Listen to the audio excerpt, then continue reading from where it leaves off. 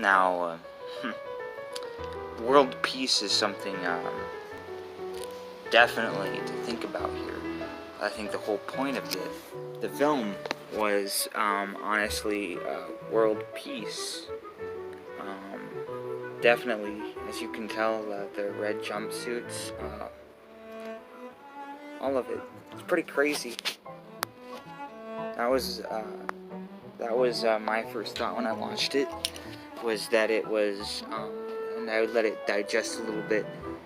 The lower self, you are tethered to your dark half, and so the family comes over and starts harassing these people who think they are almighty. It's really just a religious statement too, because the dark side is going to come over and create peace on earth. That's what the movie was really about. Because, in the normal family, the people that were killed throughout the movie, the entirety of U.S., not only that, but Us was about the U.S., the whole thing, everybody dying. Like they said at the beginning of the movie, one of the little girl in the movie said, did you know that it's the end of the world, that fluoride is poisoning everybody to be controlled by the government? So it's really about the end of the world for the righteous, because the people that were not dark, those were your shadows. The people that came and killed and everybody was their own personal shadows. So it's basically spiritually about shadow work of the self. What Buddha said is to meditate, like Buddha did, meditated under the tree and fought dark forces and all that. It's all very, very mystical. So, but the shadow side saw the real world and saw how self-righteousness, basically, it was explained really well in the movie that they don't care for the earth. The people that are living on the earth don't care. The light workers, and the shadow side, the dark people, the people in the red jumpsuits would be the devils, would be the dark ones, the reptilians. A lot of people have been saying it's a film about the reptilians breaking out from underground and all that, or whatever you want to describe it. It's really the darker side of yourself breaking out, understanding, because the only way to really bring peace, because like even Luke Skywalker said in Star Wars Episode 8, The Last Jedi, he said it's like all the light side is vanity. They're never going to be able to accomplish anything. And that goes in line with this movie, because in real life you see all these light workers and all this, but you've never seen, or at least I've never seen, a light worker chaining to themselves to a tree, like on the day that the woodcutters come. I never seen that type of stuff. Regardless of how many times I've heard, "Ooh, it's the light," and all of the light worker and the jargon that they come up with.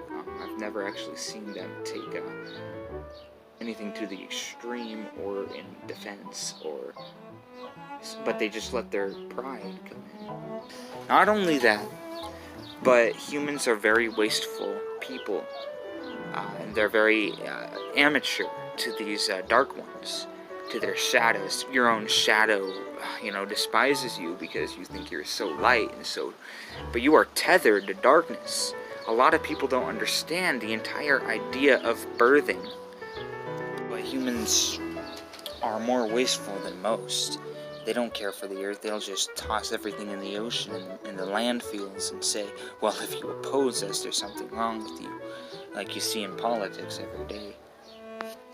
Especially in the United States, U.S., with Trump and everything. If you oppose his ideology and you want to be more economic. I remember the day they canceled recycling in my town. They actually disbanded the entire recycling company so we could throw everything in the trash. I remember that day. But it's with the red jumpsuits, and the whole thing about Michael Jackson. I mean, like at the end of the film, you can see it's clearly Michael Jackson. You ever seen his music video called "Cry"? It's about uniting the world in the name of peace and in the name of unity. But in the dark ones wanted to do that. They want to work with the earth, as the earth has shadow within itself. They want to bring in a whole bunch of ideology. Wants to bring in free will. and all of this stuff. You can plainly see it. It's glaring you in your face. The whole movie, the whole ideology there. And it even goes back, and I'm going back, but also goes to voodoo, but Buddha's ideology of the lower self and the higher self, the entire Buddhist ideology of the lower self. And once they actually emerge and create unity in the earth and seeing your dark side, then they become different. It becomes, is sort of a channel, it's sort of a way to, in the ideology that of the director or whoever made this movie, they wanted to express that finding your lower self, your evil side, your dark half helps create a form of unity here on earth. And it goes back to the self-righteous, holy, religious stuff about how, regardless of how much they use a whole bunch of jargon, pep talk, talking about all that, they're just doing it for overall for vanity. They don't really care about what they're doing. So the dark half comes and they create order. They create peace. They have to kill everybody off that is too selfish, too unnerving, too uncaring, to create a new world. And that's what it is. And then it goes with the Egyptian proverb of all will be revealed. And it's unity, mostly. Because you can only champion yourself if you do personal shadow work, and when your family comes to you, your dark sides of your family come to you. That's basically working it out. And the whole thing, throughout the whole movie, 11/11 is actually Egyptian. Has nothing to do with Christianity. They try to merge it with Christian ideology, such as Jeremiah 11. A verse from the Bible, meaning basically God saying, I don't care, I'm just going to put evil upon the world and not care. Well, the evil upon the world was the devil, it was the dark side. And so, once that comes out and you see your lower half and you see your higher self and all of that, you can actually, once you actually make your lower half more powerful and your dark side more powerful, then it starts creating more unity, because there's a lot of people that always ignore the darker half of themselves and the lower half of themselves, their personal selves and all that. But it also has to do with the devil too, because Jeremiah 11:11, God doesn't care. Think about it. The Baphomet statue that was in Arkansas and one other state by the Satanic Temple. If you think about it properly, that also you also think about like all these Christians trying to denounce Satanism and all that. They have to think about Jeremiah 11, where God says, "I want to put evil on this earth, and I don't care about you." This movie is very deep, and I highly recommend it. But the deepest part of the movie, and it's kind of, I gotta confirm it, it is the satanic side of everybody. It's the satanic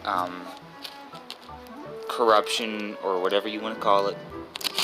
A lot of people call it corruption. A lot of people do tend to call it corruptive. But yeah, it's basically the devil from below. And if you have to understand anything about the people in the movie that live on Earth, is the Christ consciousness. Okay? It's the Christ, the good. And the people in the red jumpsuits represent the total mass consciousness of Luciferianism. Because it's explained a lot in spirituality, and a lot of YouTubers explain it. So I'm going to note it real quick as the real meaning of this movie. Got people in the red jumpsuits is the Luciferian tradition. It's the Luciferian consciousness. And the Christ consciousness, the normal people that are being wiped out. Luciferian conscious means nothing more than pride and separation from source consciousness. To view yourself as an individual rather than a hive mind. individual constructs instead of being the construct, which was being the construct is the definition of Christ consciousness. But yeah, the deeper part of this movie is that those people are Luciferian consciousness. The whole movie is about spiritual warfare. No, I'm not kidding. This whole movie was nothing more than spiritual warfare between the devil and God. And the beginning part of the movie, the very beginning, the little girl sees a guy with the sign 11:11, Jeremiah 11:11, which is where in the Bible God says, "I don't care what happens on earth. If evil rules, I will not intervene. I will not care." So evil does intervene, and at the end of the movie, Michael Jackson happens. Michael Jackson, during his 1990s Soul Wave, you know, when he said, "Oh, when he made this songs, they don't really care about us." Cry, and Earth Song. Okay, when Michael Jackson was doing his whole Soul Wave of the 1990s after he bleached his skin, he was making soul music mostly. And in the music video Cry, everybody in the world held their hands across the whole world. And that's what happens when the Luciferian consciousness takes over. Everybody in the Luciferian consciousness does exactly what Michael Jackson produced in the music video Cry in the 1990s. Everybody in the world is holding hands. Humanity is united. And going back to the whole higher self and lower self, once you recognize your lower self, the ego of the mind, then you can definitely create a form of unity within yourself. It's a very, very deep movie, and I highly recommend it for anybody who wants to, who likes horror or deep thinking. And of course, the whole 11:11 appears throughout the whole movie, and things happen at 11:11, and all of this. 11:11 is the number of spiritual awakening. It is the number of awakening thy soul to thy reality. In spirituality, you can go to a New Age shop and learn this. It's a very good movie. Very, very good movie, and I really highly recommend it. And the last one, the whole White Rabbit trip. At the end of the film, it's mostly at the end of the film and during the opening credits, mostly. But in order to find her darker self and confront it, the lead woman, I forgot her name, she actually has to follow a white rabbit. The white rabbit shows her the way to find her darker self and confront it, and bring unity. And they basically fall in love with each other. They fight, but it's kind of like a choreographed dancing fight, really well done, heart-wrenching, heartwarming, where the two combine as one. But one kills the other, of course. But when they're fighting, they both become one. And of course, but the deepest part of the movie, and everybody oversees it, the part where they oversee it, is the whole idea of witchcraft. In this whole movie, it's everything in this movie. It's all about witchcraft. Because it all starts in finding your darker self is when the woman went through Merlin's palace. It was a shop on the beach. It was a mirror, Find Yourself. It's called Find Yourself, Merlin. And it's stylized as Merlin from the story of King Arthur. It's a Hall of Mirrors, which goes into the song by Michael Jackson, Man in the Mirror, and Confront Yourself, which is your darker self. It's crazy to think about the entirety of this film. It is phenomenal.